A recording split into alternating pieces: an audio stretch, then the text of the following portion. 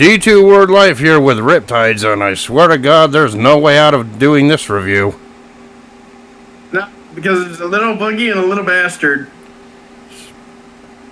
Especially when this lucky fucker, after this recording, gets to watch the new Scary Movie.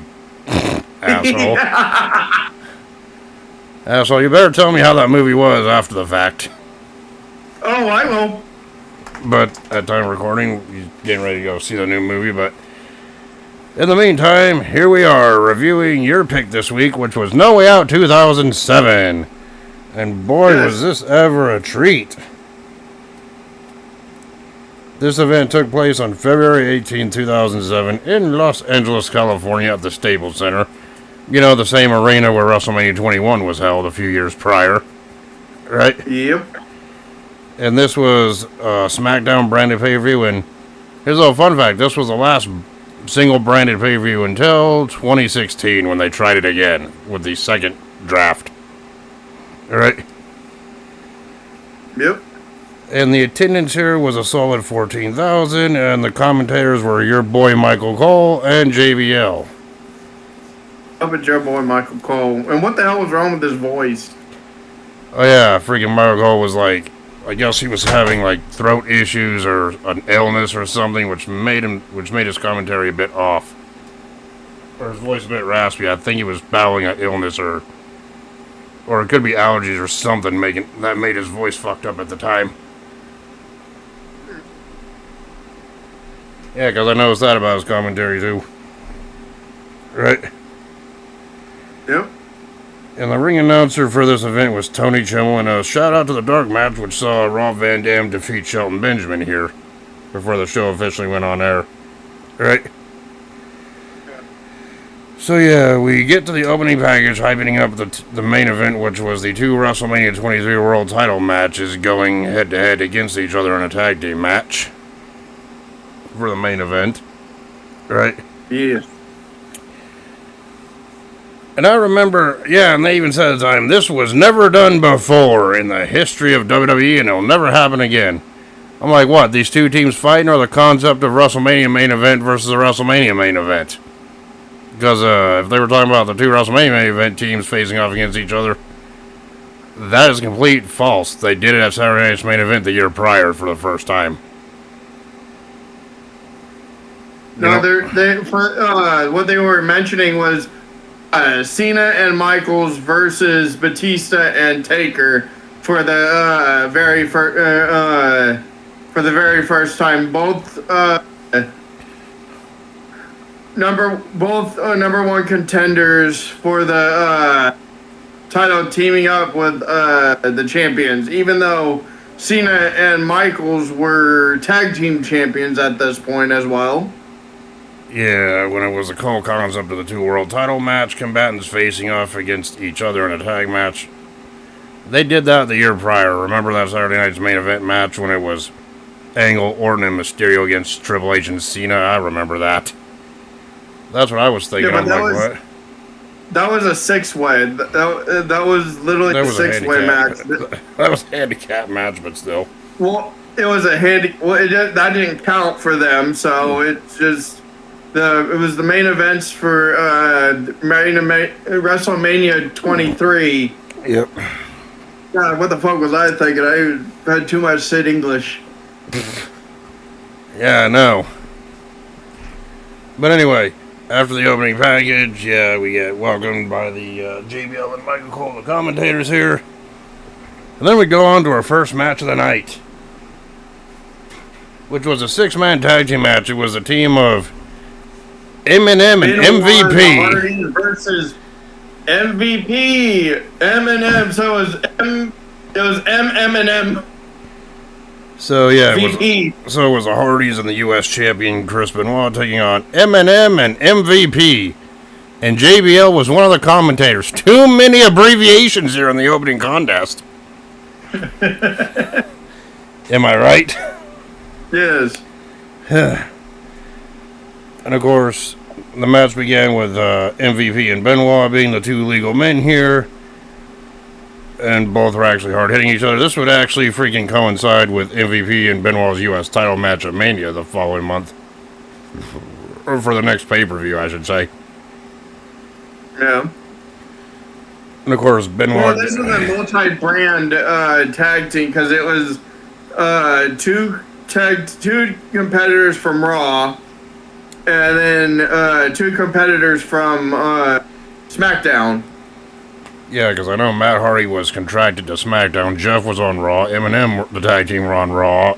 Benoit and MVP were on SmackDown. No, Joey Mercury was on SmackDown. Yeah. Johnny Nitro was on Raw. Yep. With Melina. So three out of the 6 were Raw. 6 were SmackDown. SmackDown, which was MVP Matt Hardy and Mercury, you said, in this match alone? It was Mercury, Benoit, MVP, and Matt, and then and Jeff and Nitro were Raw. Jeff and Nitro were Raw. Yeah, so either way, even though this was SmackDown brand, they were kind of just not really caring about the branded pay-per-views around this time. Anyway. Well, because they also had, because when Joey Mercury came back, because this was after the draft after Armageddon. Yeah, Joey Mercury had the face mask on, protective face mask. When Joey Mercury had the face mask after getting after that bloody ass fucking TLC match. Well, his face got shattered. We reviewed that one, right? Yes. But anyway, at the beginning, Benoit freaking gained the advantage over MVP, but then the Hardys got in it along with Eminem. They brawled for a bit. And of course, later on the match, Mercury Nitro freaking illegal double team the freaking Hardys while the referee was distracted, gaining the upper hand for their team, right? Yeah. Benoit was eventually freaking tagged in the match, and after some action, which saw freaking Jeff Hardy connect the Swanton Bomb to get a near count. A lot of freaking near falls in this match too, by the way, like breakup pins, right? Yeah. After a while, near the end of this hot opening match, which I can't recall all the spots. Well, it's not that I can't recall. We don't have time to go into detail. Eminem. We have time. Well, we can pick up some highlights afterwards. Well, we can pick up some highlights after this, like we usually do. Then It was literally just them double teaming Matt, double teaming Jeff. Jeff hitting a version of his Whisper in the Wind. which that looks good. And then him tagging in Benoit and MVP running to tag in Joey Mercury. Near the end, Fucking Eminem. Joey Mercury and Johnny Nitro are like, no, we don't want nothing to do with, because when MVP went to tag in Joey Mercury was jumping off the damn apron. He went between the ropes to tag him, which is an illegal tag. Yeah, I mean, Eminem was like, no, we don't want no part of Benoit. Look how intense he is. He looks like he's about to kill us. Oh, poor choice of words. Go fuck! I do not care what you people say about Benoit. He was a great wrestler. Listen, I triggered him, but anyway, go on. Let's talk about the ending of this match. Then friggin' Eminem tried to perform a snapshot on Benoit near the end, but that was that was a no-go, considering I believe it was Matt who countered the move. Yes. By tackling freaking Nitro out of the ring, which prompted Benoit to freaking execute the cripple crossface on Mercury, who quickly submitted, right? Because of that face injury he had, right? Yeah. So yeah, the Hardys and Benoit won this six-man tag opener. Your thoughts on it? My jokes aside, your thoughts on that? Seeing Joey Mercury get fucking jumped in the three-way because he literally got fucking poetry in motion. Then he got side effect. Then he got twist of faded. Then he got swanton. And then he got headbutted. Yeah. It wasn't a very good night to be Joey Mercury on this night. Nope. Of course, it wasn't a very good night for Joey Mercury about 2 months prior when he got his face exploded by that ladder. Either. Right? Yep. But anyway, I thought this match was an alright 6-man tag to start off the show. It wasn't anything spectacular, but, you know, it had its moments. Alright? So, Yeah. what your thoughts on it? It was a good match. Yeah, and then after the match, we cut to the backstage area to see your woman, Vicky Guerrero, get interviewed. But, you know, that's not... That's your woman. We all know you're a big fan of the OG Karen. I know that you're a big fan of the original OG Karen. Vicky, excuse me, Guerrero. No. We all know that. We all know you're the one who had the hots for Vicky Guerrero, not me. But you're right, she is the OG Karen. Anyway. Yeah, she got interviewed, but then and then after her little interview was done and over with, I don't really remember what she said. I really don't care at this point. What stood out... She said that she had an opportunity to do something great, which led her, because she was going after Teddy Long's job as GM. Which we all... SmackDown. Which we all know she would end up being the next GM of SmackDown at some point. Right? In this year. So, yeah, but also after... 4 months, 3 months after this event, that she became general manager. Yeah, and you were really happy about that one. Nope, I know you were. Yeah.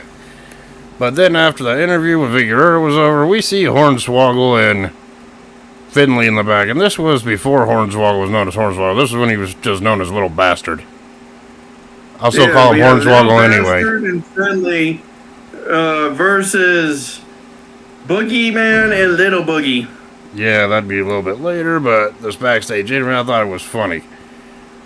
They actually had Hornswoggle talking. Figure that one out. Yeah. If it was like, what's your... like, oh, why are you so scared? Is it the are you Boogeyman? afraid of the Boogeyman? He's like, no. He's like, then why are you afraid? And he's like, little people are scary. And for some reason, that made me bust up laughing. Which is kind of ironic, is because he's a little person as well. If you don't find that iconic or stupid or funny, then there's something wrong with you. Right? Yes. Yeah, and how did Finley respond to that? He goes, are you kidding me? Pretty much thinking the same. Pretty much saying out loud what we were thinking. Right? Yep. So what does he do? He goes, you know what? I'm going to keep you safe from the beginning. You stay here. He scoops up freaking Hornswoggle and then dumps him in Matt's content. A dumpster in the back. In a bottle spin. Yeah, well, still. And what happens next? All you hear is Boogeyman's music. And then you see Hornswoggle go, oh, hell no, I'm out. Nope, screw this. All right? And then little Boogeyman appears out of the waste bucket. Yep. And I'm just like, what the hell? Right? Yep. But anyway, after that little shenanigans was done, we go to the next match of the night, which was for the Cruiserweight Championship it was for the Cruiserweight Championship in a Cruiserweight Open match. Which, this match entails two people starting the match, and every time there's an elimination, then the next competitor would come out, and that would continue until... I find ironic that 4 out of the 6 people that were in that match were from WCW. Yeah. Yeah, and then two people start, and every time someone gets eliminated, another person starts, and another person comes in until we get to the end here, and it's like singles matches. It's like a gauntlet, pretty much. And yes, you can play these type of gauntlet matches on 2K as well. All right. Anyway, the first two out was Scotty Too Hottie and freaking Davari. That's and of course you had to make jokes about that because I had flashbacks to doing that 2005 Backlash review about a month ago. I am very, very sorry that he could not call his friend about Summit, whatever the fucking dude's name is. I cannot say it in his voice right now because I am laughing too hard. You're going to hell. Anyway. Anyway. These are jokes, people. I'm not making fun of anyone. I'm making fun of my own voice that I can actually do that. You can actually do a lot of voice impressions to the T. Like, do a Paul Bear voice. Not to take a come for your soul. Yeah, you see what I mean? Right? He's alive, taker. He's alive. Anyway, the match begins. Sky Toddy and Devarian. Yeah, after some quick action, freaking looked like Daivari was in control, but Scotty fought back. I find it funny. Daivari had his Iranian music, but he was from Detroit. Yeah, considering that's where he was built from, even though we know he's really from Iran, I think. Considering that was Iran. Toronto, yeah. Yeah, considering, well, he said he's from Detroit because that was part of his gimmick. With someone else that was blacklisted at this point, but anyway, well, not blacklisted, but obviously fired, but due to controversy shit, but anyway, either way, early on, Sky Toddy eliminated Daivari, which was your pick to win after performing the worm, and after, yeah, and right when Sky Toddy was performing his worm finisher, freaking JBL on commentary be like, oh, Boogeyman would like this guy, he invented the worm. I'm like, yes. Son of a bitch, right? So yeah, Daivari got eliminated. Then Gregory Helms, the Cruiserweight Champion, was the next one to enter, which put Gregory Helms at a disadvantage. Right? You know, after a little bit of action between Gregory Helms and Sky Toddy here, Helms eliminated Scotty after performing a double knee face breaker. And then Funaki was the next one in. SmackDown! Someone announcer! Funaki! And just like what happened at WrestleMania 20, in the same type of match, Funaki climbed up to the top rope, performed a crossbody onto Helms, and Helms freaking reversed the momentum, rolled up freaking Funaki, held the tights, and eliminated him. Basically the same way Funaki got eliminated from the Cruiserweight Open at Mania 20. Right? Yeah. And I'm like, that's bullshit. Right? Yep. And then, what made this even more interesting is Shannon Moore came out next, and we all know Shannon Moore and Gregory Helms were former partners in WCW. Yes. As 3 count, Jesus, right?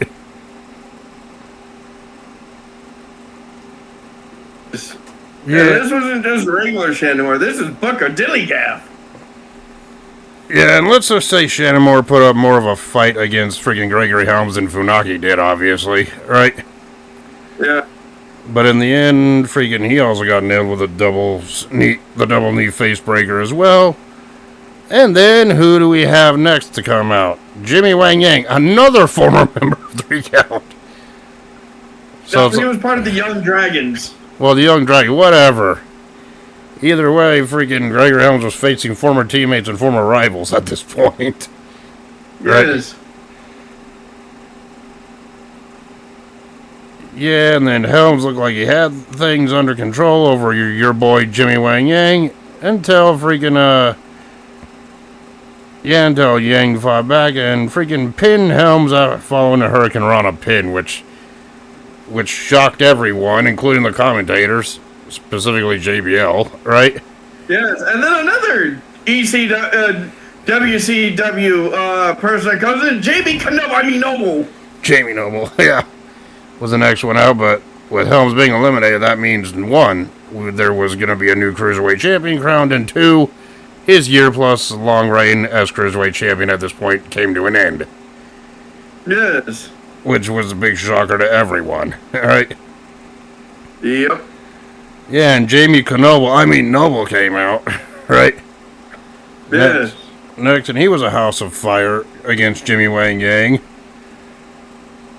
And, he had other things under control until Yang fought back and freaking performed a moonsault on the freaking dang Noble, eliminating him.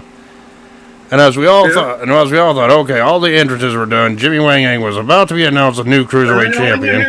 Ooh, it's Chavo! No, it was Ooh Chavo, not It's Chavo. What the hell? No, ooh, it's Chavo. Chavo Guerrero. Huh. It's like, huh. Now I guess we know what inspired Chelsea Green to have her type of introduction, but, right? Of course, Chavo Guerrero came out as a surprise late addition to the match at the very end, right? And despite putting up a valiant effort, Yang could not overcome Chavo Guerrero, who nailed Yang with the Three Amigos, and eventually the Frog Splash across Yang's back. Yep, because Jimmy Wang Yang went for his twisting moonsault, hit nothing but canvas. Yep. And then he was laid out flat. Chavo went to the top, did the frog splash, and then turned him over for the 3 count. So yeah, therefore Chavo Guerrero was once again cruiserweight champion. Last one of them that were in the cruiserweight were all from WCW. Yeah. And then JBL, or Michael Cole on commentary, that's disrespectful to Eddie's name. And JBL was like, he's a Guerrero and a freaking, and Eddie's nephew. What do you mean? And for once, I actually agree with JBL here. You know what I'm saying? Yeah, also, flashbacks of Chavo in the freaking golfing persona. That was horrible. No one ever A couple years prior, Chavo changed himself to the freaking Charles Wright.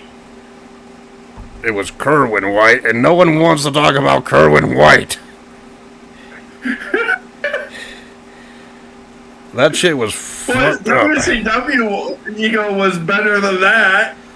Him with Pepe in WCW after going crazy and shaving his own head was better than the Kerwin White gimmick that Chavo had. No one wants to remember the Kerwin White gimmick, and if you're listening to this and you suddenly have flashbacks to it, I apologize for that. Riptid's brought it up.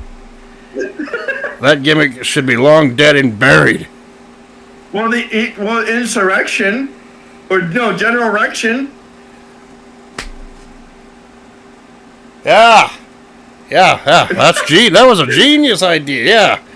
General Huge Erection. Yeah, that spells future world champion without any without having a dirty mind, am I right? Of course, WWE back in the day, especially during this time period, weren't so freaking innocent when it comes to gimmicks that didn't sound fucked up. Right? Yeah. Well, it was a couple years prior when he was Kerwin White.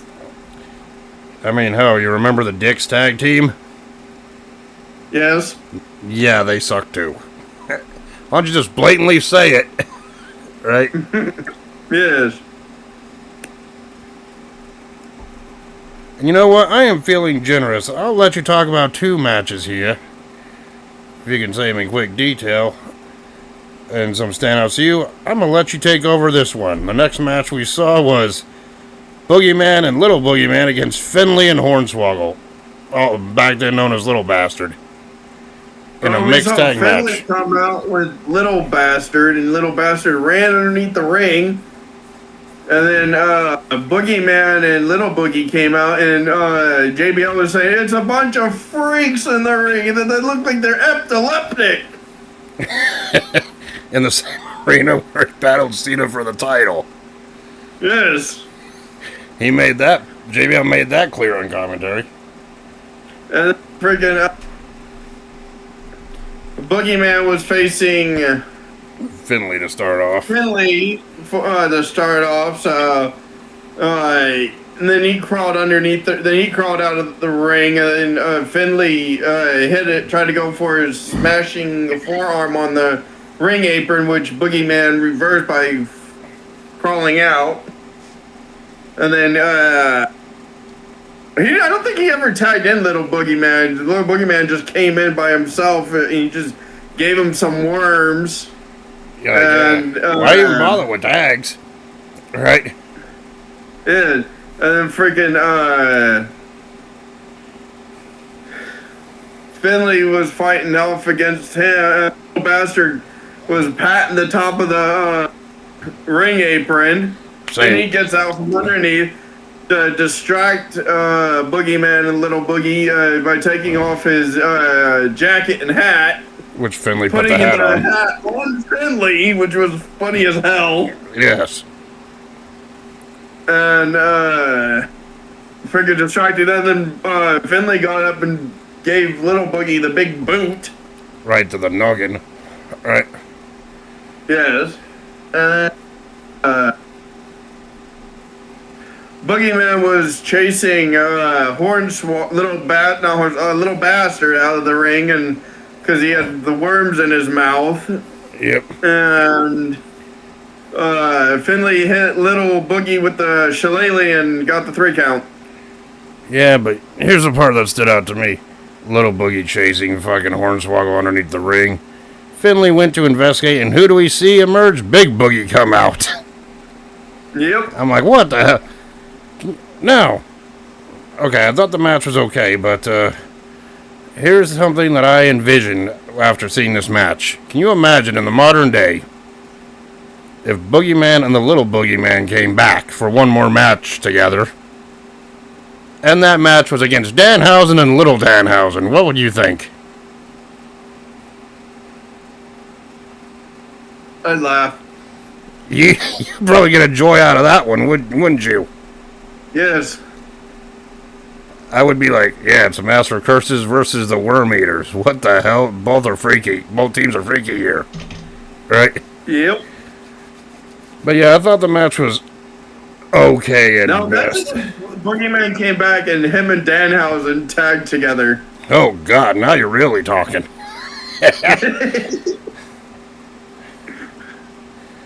But yeah, either way, I thought it was...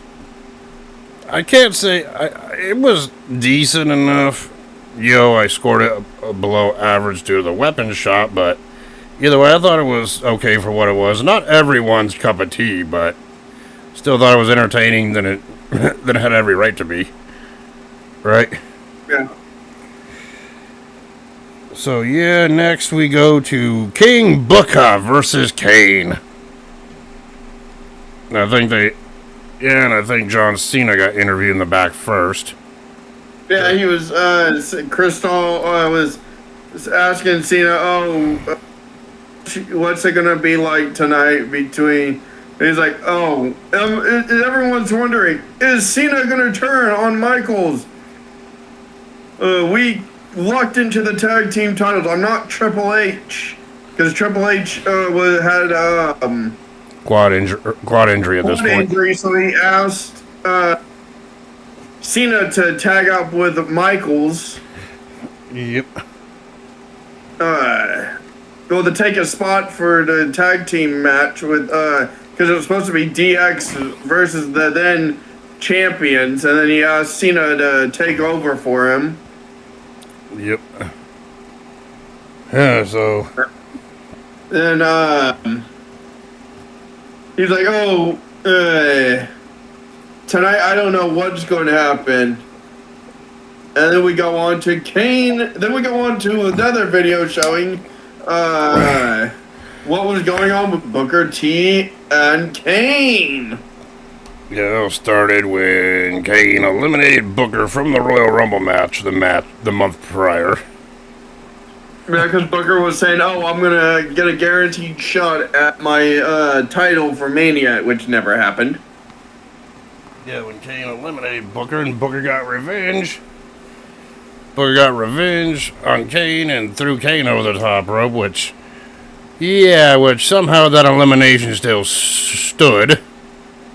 Despite illegal elimination. Despite Kane being illegal by a participant that wasn't in the match anymore.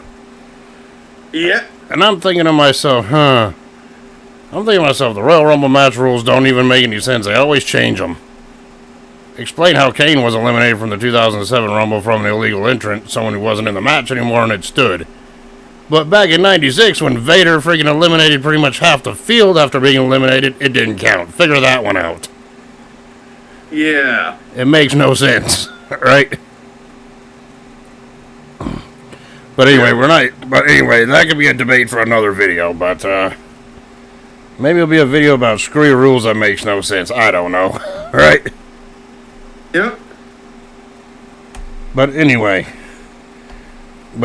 Booker was given the key to the Houston, Texas, because they were a couple weeks prior to this. They were in Houston for a SmackDown show, right? Then Booker was acting all arrogant, and then Kane came out and attacked everyone, right? Thus setting up this match, right? Yeah. The match started with Kane taking advantage over Booker T, or King Booker, and King Booker held his own throughout the match, right? Including nailing Kane with a sidekick, right? Yeah. While Queen Sharmell was on the outside trying to freaking do her best to help Booker win, obviously by distracting whatever. Kane then attempted a chokeslam, but Booker countered it into a scissors kick attempt, but Kane freaking got her with a clothesline, knocking Booker down. Right? Yep. And of course, Sharmell at one point near the end distracted Kane to allow King Booker to execute the heel kick. Right? Yep. But freaking Kane fought back and freaking reversed Booker T's next move into a chokeslam near the end to win the match. I'm pretty sure there's other highlights from this match. I think Kane attempted a freaking clothesline from the top only to be thwarted by Booker. Right? Kane tried to use the clothesline, then Sharmell distracted him, so he went after Sharmell. Booker T and Kane got knocked down to the ground, and then JBL was like, "Get up, Booker, get up! You can pin him! Get up!" And then friggin' Kane just sits and just goes, "Whee! I'm back!" And then Booker tried to go for a low blow, but instead, because the ref was there and the ref saw him going for it, and instead he averted that kick and went to the gut, went to go do his axe kick, his finishing axe kick, and that got reversed into the chokeslam. Yep. But yeah, your thoughts on this match? It was a good match. Yeah, it was decent. So then when you see Shawn Michaels get interviewed in the back, I believe. Following that, talking about the main event and can he coexist with Cena. Right? Yeah, and then we go on to the next match, which was for the WWE Tag Team Championship. It was the champions London and Kendrick defending against Deuce and Domino, with Cherry in their corner. Am I the only one who actually liked Deuce and Domino's entrance theme? The freaking Greaser era tag team. Yes, am I the only one who actually enjoyed their freaking entrance theme? I believe I am. Right? No, it was a pretty good one, but the Deuce was Jimmy Snuka's son. Yes. Yeah, and a lot of people don't remember freaking Sin Snuka as Deuce. They remember him as the camera guy that almost fucked The Undertaker's neck up by not catching him in time at WrestleMania 25. Alright? Yep. That's pretty bad. That's the only thing people remember from him. Right? And not his run in this tag team. Right? But anyway, after both teams make their entrances, freaking there was back and forth action between the two. Deuce and Domino gained the upper hand with, preventing the tag, the heel dominant being in control. It was their standard tag match. Basically where the face gets beaten down, tries to go for a tag, but gets thwarted every time. Right? Yeah. They were focusing on wearing down London, which was the case, preventing London from tagging Kendrick in. Right? But eventually, London the babyface got the freaking hot tag in. So London and Kendrick freaking were in control of the matchup, but freaking Domino went up to the top rope to perform an aerial attack, but freaking missed Kendrick, allowing Kendrick to roll him up for the pinfall win. Right? Yep. And I'm just like, what the hell? This not a very good. So London and Kendrick retained the championships. Honestly, I thought the wrong team won here. Kendrick and London were champions for several months. Of course, they would lose the titles on SmackDown to Deuce and Domino about a month later before WrestleMania, from what I remember. But your thoughts on this one? A tag team match. Yeah, Brian, they tried to use the Legion of Doom's move. The devastation device. Brian Kendrick freaking just rolled up Deuce and got the 2 count or the 3 count. Yeah. Yeah, which I feel like Deuce and Domino should have won here, but the fact that on commentary freaking JBL pretty much said, yeah, Deuce and Domino got non-title victories over the champions twice, so that obviously was a spoiler that the champions were retaining here. Right? Yep. Of course, Deuce and Domino would win the titles a couple weeks later on SmackDown. Like I said, I remember that. Right? Yeah. And Deuce and Domino's reign as tag champions would last a good 4 to 5 months before they dropped it to the odd team of MVP and Matt Hardy later in the year. Right? Yep. But yeah, I thought this tag team title match was okay, despite the fact that I think the wrong team won, since Deuce and Domino were going to win the titles anyway, shortly after anyway. Right? Yep. But it is what it is. At least they had one reign after all, before splitting. Right? Yep.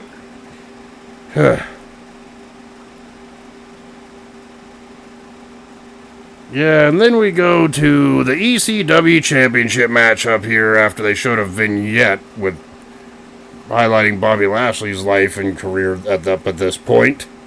Right? Yep. And then we see Kennedy in the back being interviewed. Right? You want to know what made me laugh is when freaking he was talking shit and then Bobby Lashley shot, he's like, one word, halitosis, and then punch. Yeah, and I thought it was kind of interesting. Kennedy went after the fans. He goes, yeah, when I think of Mr. Kennedy, or when I think of Bobby Lashley, he's like everyone here in this arena. It's like fake wannabes. Oh, you hear him booing? Yeah, that's because I speak the truth. How many of you came over to Hollywood or L.A. with hopes of being like famous and rich? And you do your best you can, and you try to live your dream, and you do the best you can, you have the credentials, but you wind up with zilch, not a nothing. It's like, you guys had dreams, I had a dream, she had a dream, talking about Crystal Marshall here, and we're here living our dreams, and you're out there paying us. What's that tell you? Alright? Yep. I'm like, Mr. Kennedy, for being a douche, saying that shit, he does have a point. Right? Yep. Sometimes the heels do have points when cutting promos. Right? But either way, that's when Kenny got interrupted by Lashley in the back. Pretty much said what you described happened. Yep. So yeah, the next match was for the ECW title. It was Lashley defending against Mr. Kennedy here. Lashley made his entrance, but Kenny was like, no, screw this, after being punked out. I'm not waiting for my entrance, so he came out and attacked Lashley at the start. Yeah. So yeah, Kenny attacked Lashley in the aisleway. They both eventually make their way back into the ring. Match officially started. Kennedy attempted several submission holds to Lashley, but every time Lashley kept either getting out of it or getting to the ropes, mostly getting out of them, countering freaking Kennedy's attacks. Right? Yeah. But Kennedy continued to attack Lashley, not even trying to prevent him from getting up and fighting back, but that didn't happen. Right? And of course, in this freaking short matchup here, Lashley got control over Kennedy, pretty much dominating him, despite Kennedy trying to fight back. Eventually, Kennedy got frustrated, went out to the outside near the end, got a steel chair, which he attacked freaking Lashley with, but the referee was distracted, didn't see it, so Lashley took the chair, attacked Kennedy with it. That's when the ref song was like, oh, this match ends in a GQ for Mr. Kennedy for the ECW fucking title. There's a disqualification. Can you imagine if a disqualification happened in the during an ECW title match in the original ECW days? Oh, that crowd would have burnt that arena to the ground, right? Yeah. So yeah, technically Lashley retained the title due to the bullshit DQ, despite losing to Kennedy, right? Yeah. But Lashley would continue to hit Kennedy after the match with a steel chair until the officials came in and took control of Lashley, preventing him from nailing Kennedy some more. Now you would think going forward that this rivalry would continue going into an Extreme Rules match at WrestleMania for the title, but no, that didn't happen. Yeah. Instead, Kennedy ended up. That happened. Yeah, because Kennedy would end up being in the Money in the Bank ladder match at WrestleMania instead, which he won. And of course, Lashley wouldn't even defend the ECW title at Mania. Instead, he would be put in a match against Umaga, and the two representatives on the night were two controversial figures today, if you know what I mean. Yes, President Donald Trump and McMahon. But also during that 2007, another event happened. Yeah, we know that event happened. Yeah, we know. Yeah, I know the event that happened. And Ragnarok's. Yeah, that happened, and there was actually a lot of controversial things happened in 07. Man, 2007 wasn't really a good year for WWE at all, basically. Yeah, because one event, which was Vengeance Night of Champions, another controversial event happened. Yeah, I think that's when we saw the ECW title match be CM Punk versus Johnny Nitro, and Johnny Nitro was replacing somebody. We already know the reason why, and we'll talk about that when we talk about that event. I'm not going into detail about it now, obviously. We already know what happened anyway.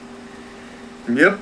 So yeah, what do you think about this ECW title match that ended in a bullshit disqualification?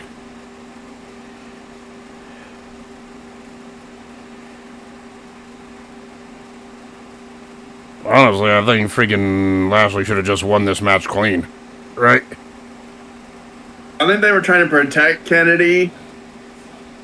But other than that, Lashley had the upper hand the entire match. Yeah. So it's like, what the fuck, right? Yeah, and protecting Kennedy and having him win the Money in the Bank ladder match at WrestleMania just about a month later, freaking all proof for nothing because we know what happened there. Right? Yep. So this next one I'm going to let you talk about, and I'm talking about the Divas Talent Invitational with The Miz being the host of it. Really? Yes. Yes, really. Since you're the Miz fanboy, you get to fucking talk about it. Go fuck off. Really? First, we have Extreme Expose, which was Brooke, Kelly, and Layla from ECW doing their dance. Yeah. Then we had your other woman, Julian Hall. No, that's your woman, and you have about the same amount of singing talent as she got. I have better singing talent than fucking Julian Hall. No, you don't. I heard you sing Yes, before. I do. I heard you sing before. It's friggin' cringe. It's still better than Jillian Hall's. Still cringe. It doesn't matter. Freaking Jillian Hall started to sing, which made my ears bleed. You pretty much said the same thing I said. Then freaking The Miz interrupts. Miz interrupted her. And Miz interrupts and says, "Really?" And then Jillian Hall's like, "Oh, these guys can't even be my backup dancers." And then she was talking shit about Candace.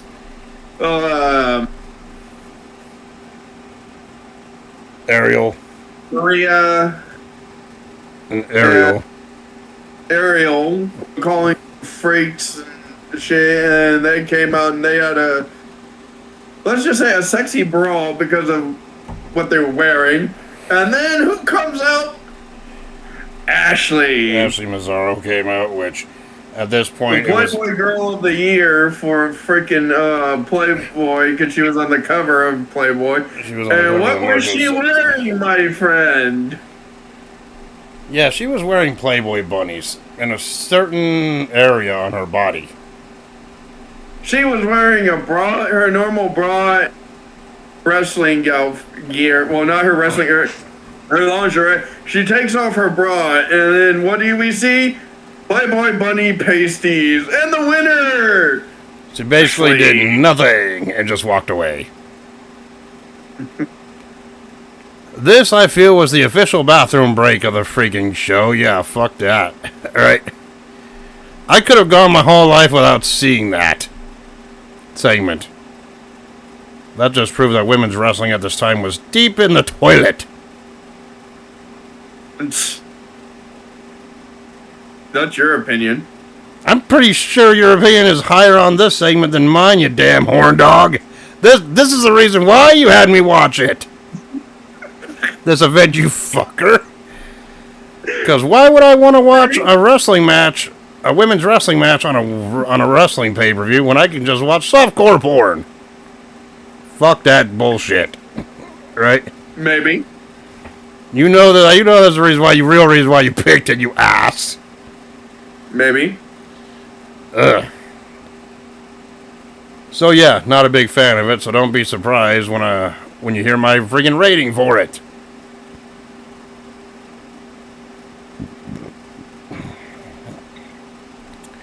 And just think, that was a semi-main segment. We go to the main event next that we get to talk about, and it was a battle of the WrestleMania World Title matches. It was World Heavyweight Champion Batista and The Undertaker, and the number one contender, The Undertaker, who won the 2007 Royal Rumble match and chose Batista to face him at Mania. And they were against the WWE Champion John Cena and Shawn Michaels, who would also face each other at WrestleMania, and those two were the World Tag Champions. Now imagine if Taker faced Bobby Lashley for the ECW title. I couldn't imagine Phenom Taker being ECW champion. It would be weird. It'd be domination. If they had the ECW back around the time that Taker was Big Evil, then I could possibly picture it, but it would still be weird. Right? Yeah. The only reason I say that is because Big Evil Taker was also a hardcore champion. That's why I said that. But instead of that, can you imagine had he not chose Batista if he decided to choose John Cena in his prime? Yeah. And Taker was pretty much at the top of his game at this friggin' point in his career as well. If it was Cena versus Taker at WrestleMania 23 for the title, honestly, to me that would have been a way better match than their freaking actual Mania match 11 years later. Yeah. But, that's just fantasy booking at this point. Right? But could you imagine if Taker beat Cena at that year's Mania instead? Would Taker be carrying around the spinner belt? Or would it be like, we need to get rid of this and have the other traditional belt? Right? No, we will never know. But we'll never know because we didn't get that back then. Right? But Taker and Batista back then were still had banger matches, so it's not really a big loss. Right? Yeah. But anyway, both teams make their entrances obviously separately. Right? Yep. And the match started off with Cena and Batista, who both won world titles in that very building 2 years prior at WrestleMania. So it felt like a big deal to have those two face off. Two world champions of their brands, right? Yeah. And of course, eventually Batista gained the advantage over Cena, Batista being a huge, strong main event individual himself, so that made sense. Right? Yep. And then we see Taker get tagged in, and then Taker and Cena win at it. But the big story was when Cena freaking tagged in Michaels, and we got a little showdown between those two, Taker and Michaels. Yep. Which we all know about Taker and Michaels' history, dating back to Hell in a Cell and that casket match, and they would have future WrestleMania matches against each other after this, which were bangers, as we know. Right? Yeah. But Batista and Taker's kept wearing down Cena and Michaels, throwing them over the top rope out to ringside. Cena got back in the ring, attempted an FU on Batista, but The Undertaker freaking interfered and prevented Cena from doing that by delivering big boot to Cena. Right? Yeah, and then freaking Batista then freaking countered the FU into a Batista bomb attempt, only for Michaels to interfere and stop that from happening, right? Yeah. And then Batista took advantage, freaking of Michaels, giving Michaels a spine buster, right? And then The Undertaker then was like, that's it, I'm a freaking Tombstone John Cena to end the match, right? Yeah. So as soon as Taker attempted to go was attempting to go for a Tombstone on Cena, Batista stopped him, and then Batista then gave The Undertaker a spine buster, right? Yep. Not really shocking everyone in the arena, since those two were fighting each other at Mania, right? And for the rest of the match, Batista just stood on the outside, right?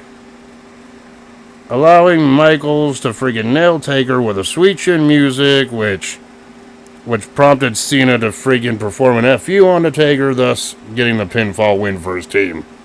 Right? Well, after because Batista hit a Batista bomb on Michaels because he ran into the ring, got Michaels, hit him with the Batista bomb. Michaels was out. Yep. Taker was looking at Batista doing his normal Taker shit, crossing his throat, saying "This is for you." This is gonna be blah, you. blah blah. All right. Then Batista got pissed and did a spine buster, which prompted Taker just to look at Batista. Right. Because it busted Taker open after that. John Cena did the FU, got the 3 count, but Taker sits back up and just still staring daggers into Batista. While rolling his eyes to the back in the back of his head. Right. Yes. Pretty much telling Batista, your ass is mine now, bitch. Right? Yes. Which probably set up their match for match further going into WrestleMania 23. But anyway, I know I didn't go over all the spots here, but your thoughts on this main event tag? Oh, it was a good main event, which Batista would, if you guys saw the show and saw our review, Batista would lose to Taker at Mania. Naturally. And of course, Batista would get his win back months later at Cyber Sunday. Which we have yet to review one more Taker and Batista match that happened on pay-per-view. And I'm talking about that Hell in a Cell from the 2007 Survivor Series, but we'll get to that one when we get to that one. Alright. Well, that was the interference heavy by fucking Edge. But still was a good freaking bloody brawl before that. Right? But yeah, that's the one. We have one more pay-per-view match review with the two. Wait, no, two more. Two more. Wait, two more. We didn't review Backlash 07 yet either. And I know they had the Last Man Standing match on that one as well, right? Yeah. So So yeah, we got 2 more Taker and Batista matches from pay-per-view from this time period to review. 3 if you count the triple threat at Armageddon, which I don't because I'm just counting the one-on-one encounters. Right? Which we may be doing. Yeah. But it'll be for another video. Yeah, that'll be for another video, but anyway, I thought the match was solid enough. I mean, it told the story that it needed to tell, and pretty much further the It story shows why between. all 4 of the fuckers were main event superstars. Yep. I mean, that much star power in one ring. Holy shit! Right? Yeah, fucking Michaels. You have Cena. You have Batista, and you have the fucking OG his goddamn self, Taker. And you had those 4 combustible elements up. You know something was about to explode, which Batista did. Right? Well, it exploded multiple times. And yeah, this set up the story more intensely between Taker and Batista going forward at this point. All right. Yep. So yeah, I thought it was a good tag match. So now we go to what I call our favorite part of the review, and oh yeah, I didn't do any 2K like you and 2K references here. Right. So Because there was no selling. yeah, there was selling here. There wasn't a moment where I felt like shit was not sold. Right? So yeah, at least that joke got bypassed this time. Well, Cena was also a dick to Taker's dead man's. Giving him a low blow at one point, yeah.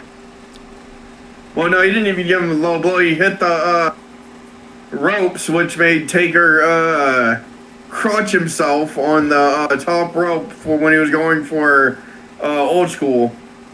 So he was a dick to Taker's dead man. Yes. No, wait.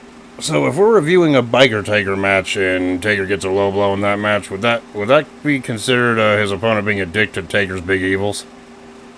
Yes. These are questions that haunt my brain. All right. And I just gave you the answer. Yep. Anyway, now we go to our favorite part of the review, and that's our freaking rating system and our final grades here. The Hardy Boys and Chris Benoit defeating Eminem and MVP in that 6-man tag. I gave 3 3/4 out of 5.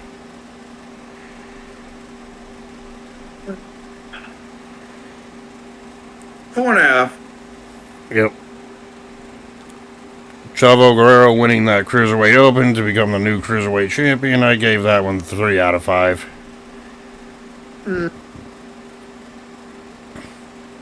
3 and 7/16. Okay, Steiner.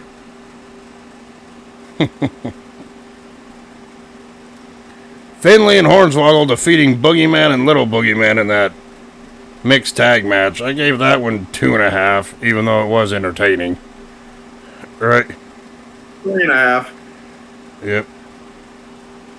Kane defeating King Booker. I gave that one 3.5.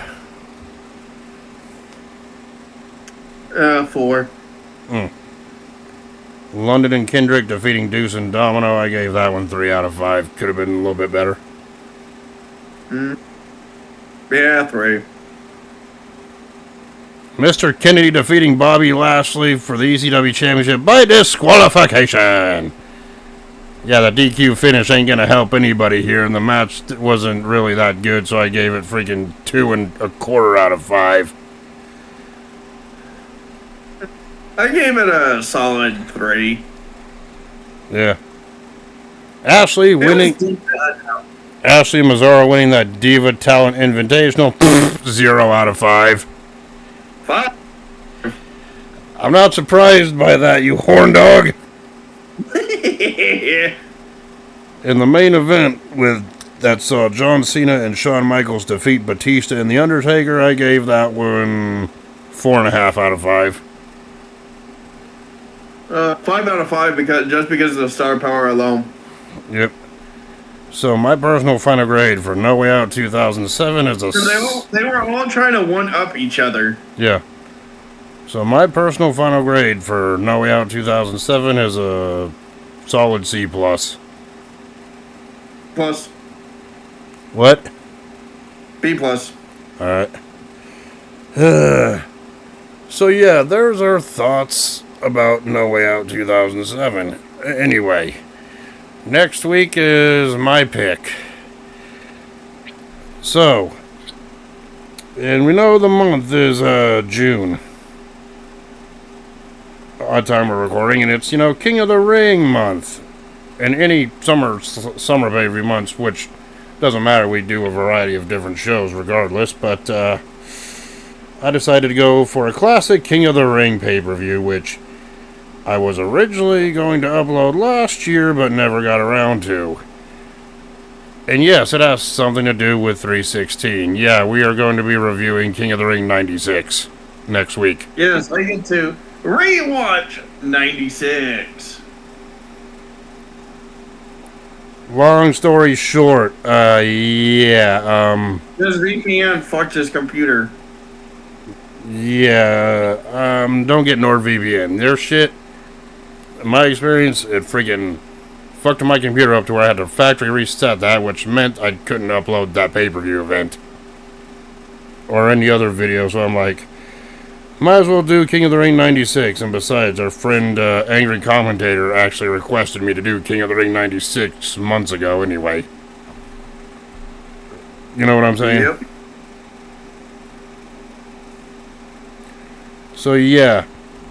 So King of the Ring 96. Now, let's go back and have a little refresher of what we get to look forward to. Again.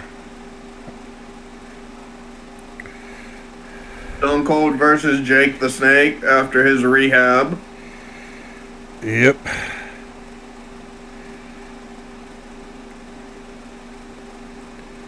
So yeah, we get to look forward to Steve Austin versus Mark Merrow, along with Jake Roberts versus Vader in the semifinals. Yeah, no points for knowing who won those matches, right? Yep. Oh, and if that doesn't excite you, how about the Smoking Guns defending the tag titles against the Godwins? Right? We get to see your favorite tag team, the Hillbillies. Against your favorite tag team, the Cowboys. Or how about The Undertaker taking on Mankind in their first pay-per-view appearance? Yeah, when it comes to The Undertaker and Mankind's King of the Ring match, people always defaultly think of 98's Hell in a Cell match, which, good reason, but they had this one first at the 96 King of the Ring. Right? Yeah, the boiler room brawl. Or how about Goldust defending the Intercontinental title against Ahmed Johnson? Yes. Or if that don't tickle your fancy, how about freaking Ultimate Warrior versus Jerry Lawler? With Jerry Lawler cracking jokes to the audience before the match starts. Right? Yep. And how about the main event with Shawn Michaels defending the WWE title against the Chinlock Master, the British Bulldog, in the main event? This is why you picked it the first time, is because of, the motherfucking Chinlock.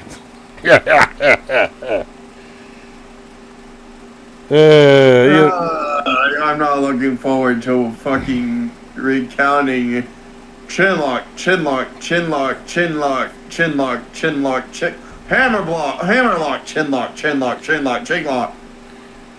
This is a history-making event for dang sure, but we'll see if it ranks up there as one of the best King of the Rings overall or not. But obviously, in my opinion, it was better than the King of the Ring from the year prior. That's because fucking, this one was where Jake the Snake found Jesus again after his rehab. And then after Stone Cold beat him, he's like, forget your Psalms, forget your John 3:16. Austin 3:16 just said, I whooped your ass. Yeah, and you know what's funny? I did watch this freaking event like a couple of weeks ago on my free time again. So I kind of have a fresh idea of what happened at that show. Right? Yeah. Shortly after this is when he faced Owen Hart. Well, it was the following year, but still. Ugh. Oh, speaking of SummerSlam 97 and chin locks, we all know your favorite Davey Boy Smith match was friggin' when he fought Shamrock. And executed like 50-11 chin locks in that damn match. God damn. That was just chin lock, ankle hold, chin lock. And I'm just thinking to myself, God damn, what was the British Bulldog's intent here in this match? To make Shamrock look like James Ellsworth? Probably. He almost did a good job of it. Right? I kill myself with these jokes. Anyway, so yeah, next week we're going to be reviewing King of the Ring 1996 and finally putting that up on the channel. So, until then, we will talk to y'all later. Peace. Deuces.